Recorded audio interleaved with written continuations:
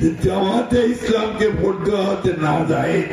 আমি একটা কথা বলি আপনাকে, এটা হচ্ছে যে একটা দল তারা ধর্মের নামে মানুষকে বিভ্রান্ত করার চেষ্টা করছে।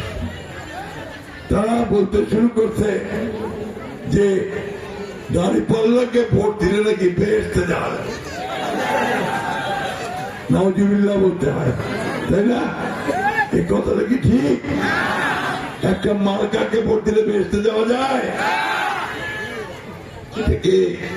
আমাদের হেফাজতে ইসলামের আমির সাহেব মাহবুবুল্লাহ ভুবনগরী তিনি আজকে এইসব কথার উপরে বলেছেন যে জামাতে ইসলামকে ভোট দেওয়া হতে না যায়। তাদের দলে তাদের সঙ্গে যে ছিল চরমনের পীর সাহেব, উনি বলেছেন জামাতে ইসলাম হচ্ছে পৃথিবীর মধ্যে সবচেয়ে বড় মিথ্যাবাদী।